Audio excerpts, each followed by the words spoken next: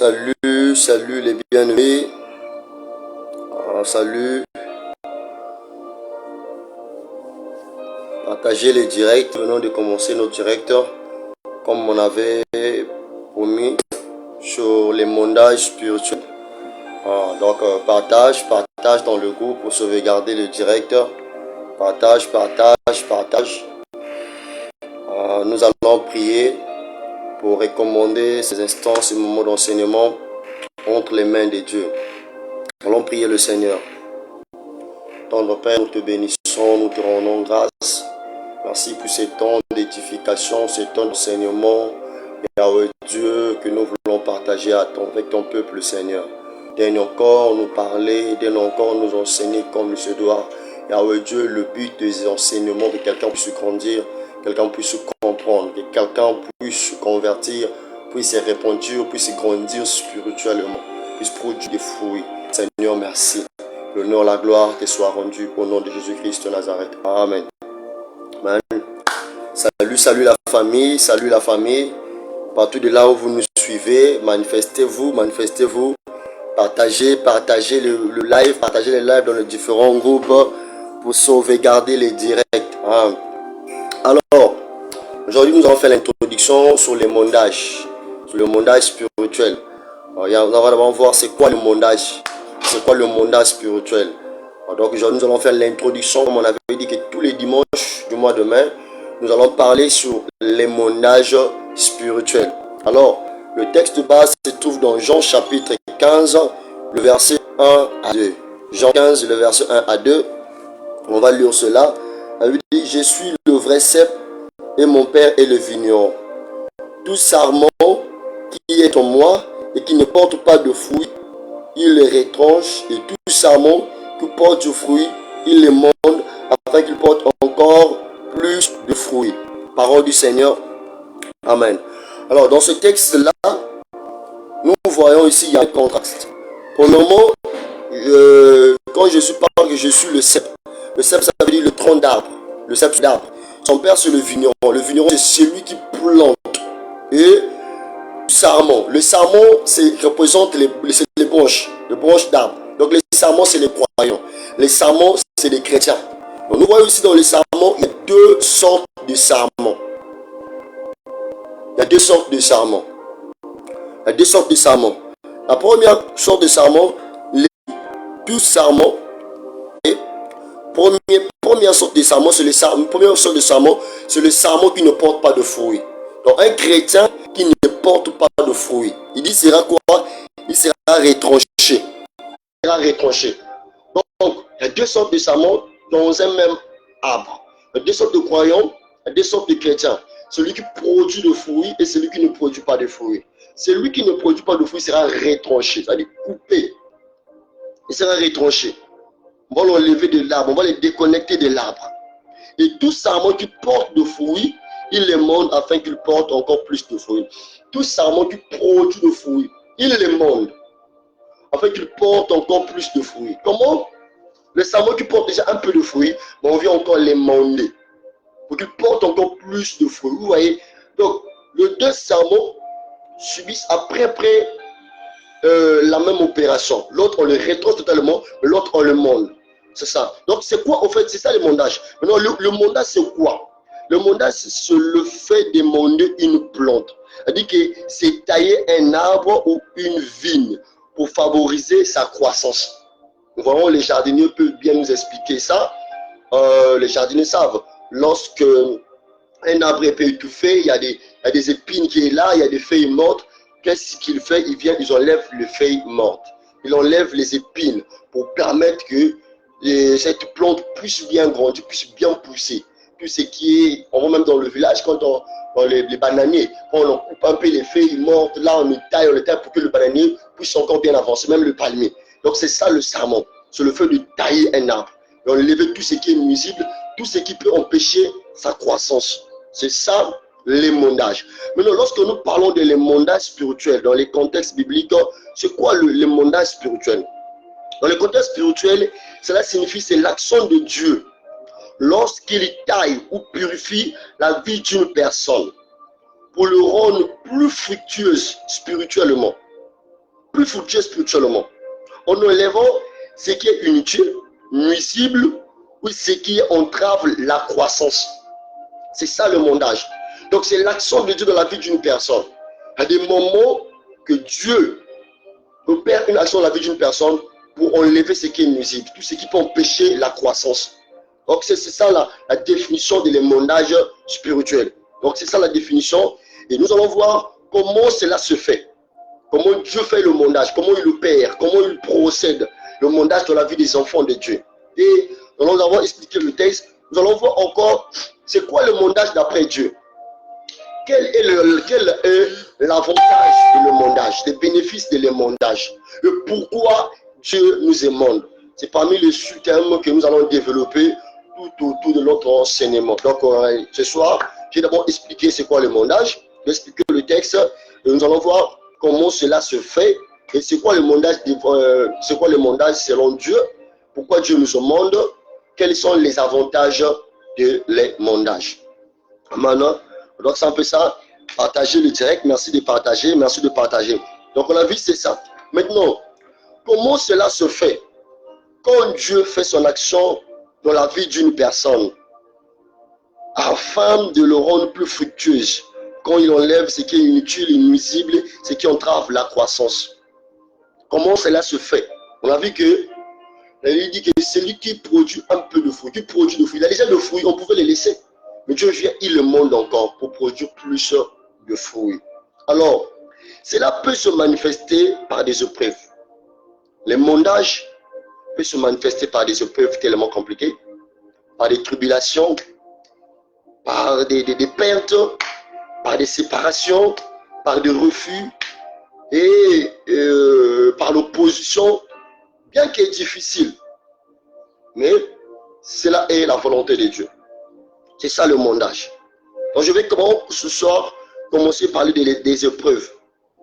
Dieu nous émonde à travers des épreuves très difficiles. Mais c'est pour un but. C'est pour un but. Nous allons voir le but de l'émondage. On a parlé de ça en amont. Donc Dieu nous émonde pour un but. Dieu nous émonde pour un but. Alors, quand on parle des épreuves, c'est quoi?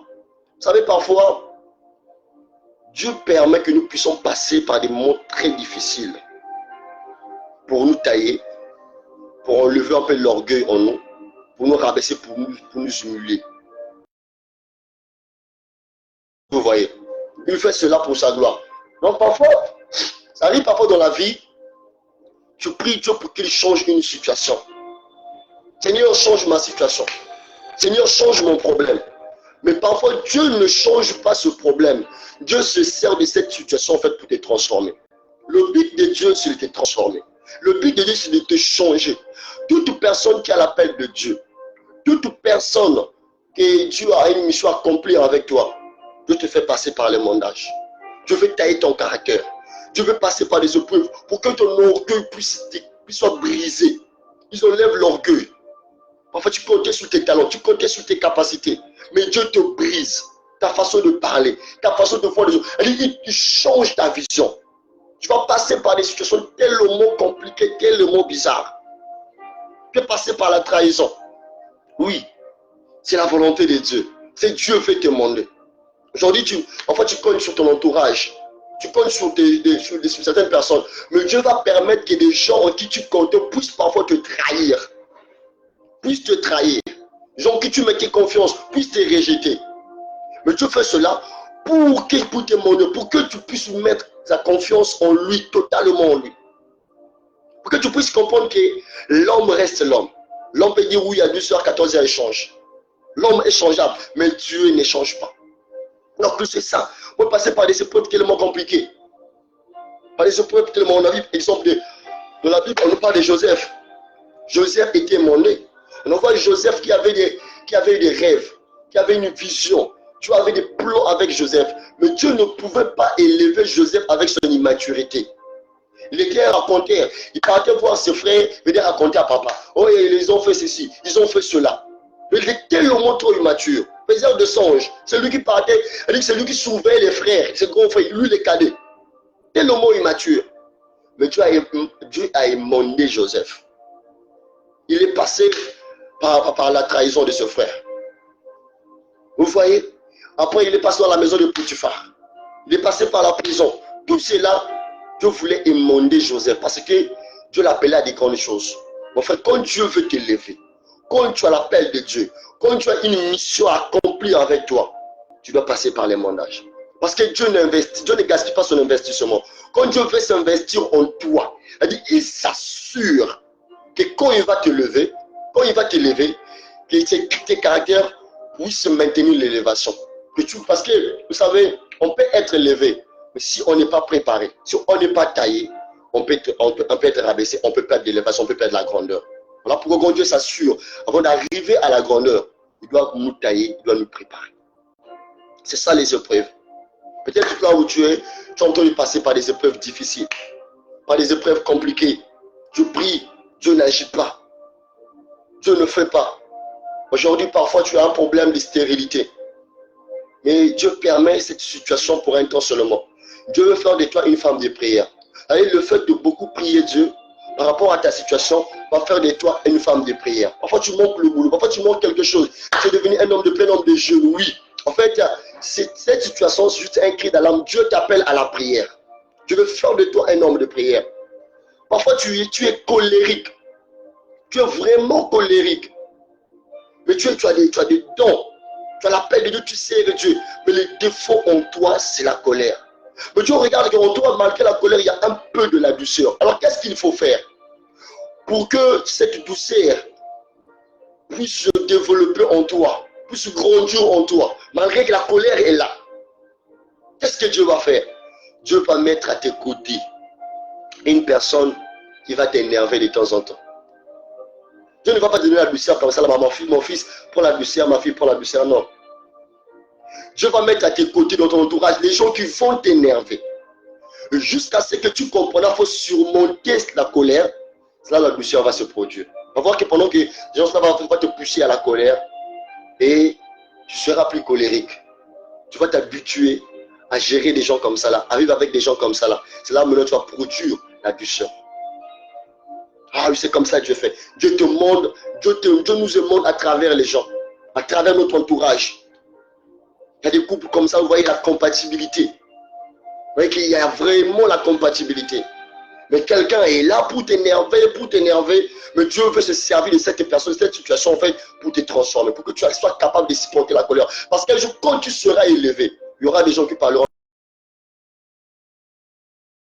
en tant qu'une grande personnalité. Tu ne vas pas te rabaisser, moi, tel m'a fait cela, je dois le trouver. Non. D'être capable de surmonter la colère. Alors pourquoi Dieu met tout autour de toi? Avec que tu pries, Dieu change la situation. Ce n'est pas moi de ces gens-là. Aussi longtemps que tu ne comprends pas la leçon, tu ne pourras pas te séparer de ces gens-là. Qui te poussent à t'énerver. C'est ça le monde. Donc Dieu nous émonde aussi à travers des gens, à travers des collègues, des services, à travers les enfants, à travers la famille, à travers nos partenaires. Ça peut arriver que tu as une nature beaucoup corrompue, tu tombes dans la corruption, tu tombes dans des fraudes. Mais Dieu va mettre autour de toi les gens qui aiment la corruption, les gens qui aiment des deals. Mais toi, tu dois être capable de surmonter cela, afin de manifester la bonté. C'est ça le fruit. Ah, tu dois être capable de surmonter cela. Aussi longtemps tu ne comprends pas cela, mon frère, tu ne peux pas produire des fruits. Donc il y a des épreuves comme ça, il y a des situations compliquées, des situations difficiles. Mais Dieu permet cela pour détailler, pour enlever la colère en toi, pour enlever la haine. Aujourd'hui, tu peux avoir un peu de l'amour dans ton cœur. Ta haine est plus forte que ton amour, l'amour que tu as dans ton cœur. Mais Dieu veut développer cet amour dans ton cœur. Qu'est-ce qu'il va faire? Dieu permettra que les gens puissent te trahir. Dieu permettra que les gens puissent te détester, afin de surmonter la haine des gens, afin de manifester l'amour, afin de pardonner. Aussi longtemps que tu ne pardonnes, tu ne vas pas être capable de pardonner la trahison, l'amour ne va jamais se manifester en toi. Après, tu vas prier, Seigneur, remplis-moi d'amour, donne-moi l'amour. Seigneur, je veux pardonner. Oui, Dieu ne va pas te donner l'amour comme ça là. Mais Dieu mettra dans ton chemin, dans ton parcours, les gens qui vont toujours te trahir. Je te pose la question, pourquoi tu es toujours trahi? Oui, si tu es toujours trahi, parce que Dieu veut t'enseigner quelque chose. Parce que Dieu veut forger un caractère. Tu sois capable de regarder la personne qui t'a trahi en face et de lui dire bonjour, de sourire. Quand tu le rencontres comme ça, là, tu le passes en route. Et je peux pas tu peux lui adresser la parole. C'est qu'il m'avait fait. Ça, c'est la petitesse. Mais un homme grand, c'est celui qui regarde son ennemi en face. La personne qui l'a trahi en face, qui lui dit bonjour avec sourire. Quand tu fais ça, tu as déjà pris de la grandeur. C'est ça ce que Dieu veut. Dieu veut que tu sois capable. Même si on te dit qu'un tel t'a fait ça. Ou hier, il a parlé mal de toi. Un tel a parlé mal de toi hier. Tu vas mettre ces choses-là dans ton chemin, dans ton parcours, ton entourage, pour que tu sois capable de le surmonter. C'est ça la grandeur, c'est ça le caractère. C'est ça le caractère. David était court de taille, mais il était grand de l'intérieur. Lisez l'histoire de David, David, comment Dieu a taillé David. Capable de pardonner. La même personne qui le poussait pour le tuer. Mais David l'a sauvé. Arrivé devant lui, dit non, je ne veux pas le tuer. C'est ça la grandeur. Capable de pardonner. Les gens qui t'ont fait du mal, les gens qui t'ont trahi. Tu ne gardes pas la merde, tu ne gardes pas la rancune dans ton cœur. Pourquoi tu te plains? Pourquoi ces épreuves? Pourquoi ces combats? Pourquoi tu es toujours trahi? Oui. Une fois, j'étais en train de dire que, vous savez, dans l'école de Dieu, une leçon non comprise sera reprise pour avoir de la maîtrise. Les épreuves que Dieu te fait passer, si tu n'as pas de la maîtrise, si tu ne comprends pas ces leçons derrière ces épreuves-là, mon frère, ça va revenir de temps en temps. Ça va revenir de temps en temps. Il y a des gens comme ça là. Alors, il y a des gens qui Dieu met dans le chemin comme ça là. Vous nous donnez de la maîtrise. Dieu ne change pas cette situation pour que toi, tu puisses changer. Il veut te changer à travers cette situation-là. Donc, c'est les épreuves. En dehors des épreuves, il y a aussi des pertes. Dieu nous demande à travers des pertes. Ça peut arriver de perdre certaines relations, de perdre certaines connexions, de perdre certains membres de la famille, certains membres de la famille qui nous coûtent cher. Mais Dieu le permet pour nous demander. Je prends un exemple. Dans nos églises, on va parler certaines femmes qui ont donné la place de Dieu à leur mari. Ça veut dire qu'il obéit plus à Dieu qu'à son mari. Bon, mon mari m'a dit, je ne veux pas aller à l'église. On dit, je ne veux pas prier. Mon mari a dit, je ne vais pas sortir. Ça veut dire que c'est le nom de l'idolâtrie. L'idolâtrie, c'est toute personne, toute chose que tu honores à la première place que Dieu. Il y a des enfants aujourd'hui qui ont du mal à se donner à Dieu, à donner leur vie à Dieu. C'est parce que quoi? Et ils sont dans des bonnes conditions, leurs parents sont là, ils sont à l'aise, ils ont du mal à se donner à Dieu. Mais alors que Dieu a une mission à accomplir avec eux. Dieu est capable de t'arracher ton mari, de t'arracher ta femme, de t'arracher tes parents. Pour que tu puisses les chercher. Pour que tu puisses te donner la première place. Pour briser ton ego, pour briser ton orgueil. Il est capable de le faire. Tu peux perdre la personne à qui tu comptais. Beaucoup de gens, au lieu de compter sur Dieu, ils comptent sur les gens. Il dit, maudit soit celui qui s'est confié à l'homme. On doit donner Dieu la première place. Dieu est très jaloux. Quand tu as l'appel de Dieu, quand il t'a choisi, quand il a une mission à accomplir avec toi, il est très jaloux. C'est ça. C'est comme un homme avec une femme. Quel est l'homme qui va permettre que sa femme, au lieu de passer tout le temps avec lui, il passe plus de temps avec ses collègues, avec des enfants, avec d'autres personnes? C'est ce que Dieu veut. Nous sommes l'épouse de Dieu. Donc il n'y avait pas certaines pertes. Vous savez, tu peux perdre certaines relations. C'est aussi le Dieu voit que, aussi longtemps que tu es entouré de ces gens-là, ce qui en toi ne va jamais se manifester. Le potentiel qui en toi ne va jamais se manifester. Et parfois, il va permettre que tu te sépares de certains milieux, de certains entourages, de certaines personnes. Parfois, ce n'est pas de ton gré, ça te fait parfois mal. On voit que quelqu'un, parfois, à un moment, vous étiez proche, tu vis ton blanc, il n'y a plus ce sentiment, il n'y a plus ce rapprochement, vous êtes séparés. Tu as perdu un frère, bien qu'il est vivant, tu as perdu une soeur, bien qu'elle est vivante, mais vous êtes maintenant éloignés. Comme tu ne te comprends pas pourquoi. Oui, c'est Dieu qui permet. Quand tu te sens loin de quelqu'un, d'une personne, naturellement, parfois pas forcé. Dieu sait le pourquoi. Dieu veut t'amener à une autre étape. Dieu sait que c'est qui tu voulais profiter dans ce moment, dans cette saison avec la personne préfère. Tu dois partir. Il y a quelque chose que tu veux faire avec toi. Quelque chose que tu dois produire. Vous savez, Abraham, quand il s'est séparé de Lot, c'est après que Dieu lui a parlé. Pendant ce temps, Dieu ne le parlait pas. Et on dit que Dieu l'avait dit de partir, il avait dit aller avec l'autre. Mais dès qu'il s'est séparé de l'autre, on dit que Dieu l'a apparu encore. Donc il y a certaines personnes, aussi longtemps que tu es avec eux, il y a des choses que tu ne peux pas faire, des choses que tu ne peux pas accomplir. Il y a des choses qui en toi ne peuvent pas se manifester. Le fruit qui en toi ne peut pas s'exploser. Parfois tu vas perdre certaines relations. Il y a certaines personnes qui doivent sortir de ta vie. Certaines personnes que, vous savez, dans les mondages, comme j'ai l'habitude de dire, parfois Dieu nous fait avancer en soustrant certaines choses, certaines relations. On a l'habitude d'avancer par la multiplication pour ajouter des choses. Mais Dieu, quand il veut nous faire avancer, parfois ils enlèvent des choses. Parfois il enlève certaines relations, certaines connexions, certains entourages, certaines personnes. Il veut que tu sois seul. Que tu sois seul. Que tu comptes que sur lui. Parfois tu as des béquilles à qui tu t'appuies. Malgré que Dieu est encore là, tu pries, oui, Dieu. Mais en fait, tu en regardes réellement, tu ne comptes pas sur Dieu. Tu comptes parce qu'un tel est là, parce qu'un tel est là. Mais tu ne comptes pas totalement sur Dieu. Voilà pourquoi tu vas subir certaines pertes. Tu vas perdre certaines personnes, certaines relations. Tu vas te sortir de certains milieux que tu ne t'attendais pas. Parce que quoi? Il y a des choses qui veulent voir grandir en toi. Si longtemps que tu vas rester là, ça ne va pas pour Dieu.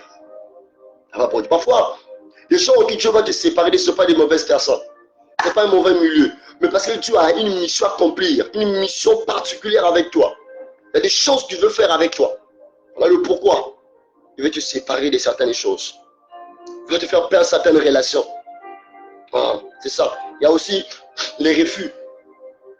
Il y a le refus. Vous savez, le fait d'être enfant de Dieu, d'être chrétien, la faveur de Dieu est avec nous, la grâce de Dieu est avec nous.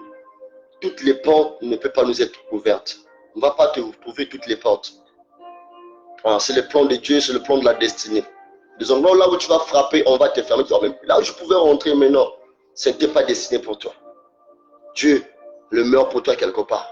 Tout le monde peut passer par là, mais quand c'est ton tour, on te ferme. Tu peux subir un rejet, tu peux subir un mépris. Mais Dieu a un autre plan. Pas là, pas dans cette porte-là. Vous voyez, l'histoire de Jephthé, on tous connaissons l'histoire de Jephthé. Jephthé, on lui a interdit le contrôle d'une famille. Il était le fils aîné de sa famille. Jephthé était le fils aîné. Mais le simple fait qu'il était l'enfant d'une prostituée. Les enfants de son père, tu ne peux pas régner sur nous.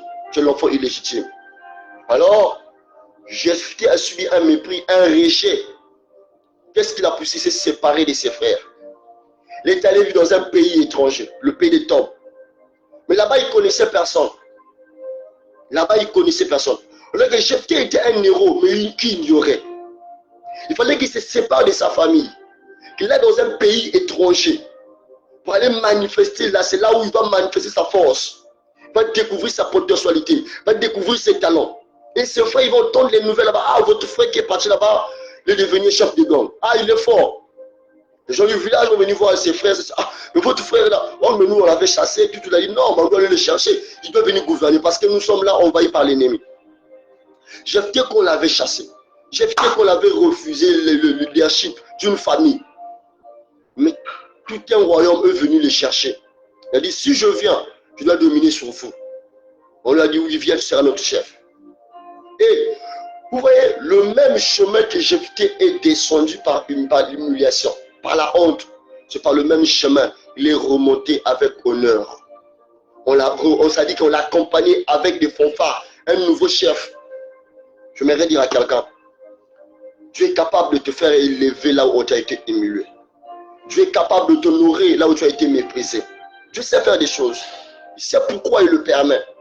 Jephthé, on lui a interdit la gouvernance d'une famille, mais Dieu lui a donné la gouvernance de tout un royaume.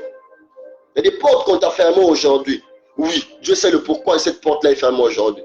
Il y a des possibilités qu'on t'a interdit aujourd'hui. Dieu savait parce que si on a été donné ces possibilités-là, tu n'allais pas arriver là où tu dois arriver.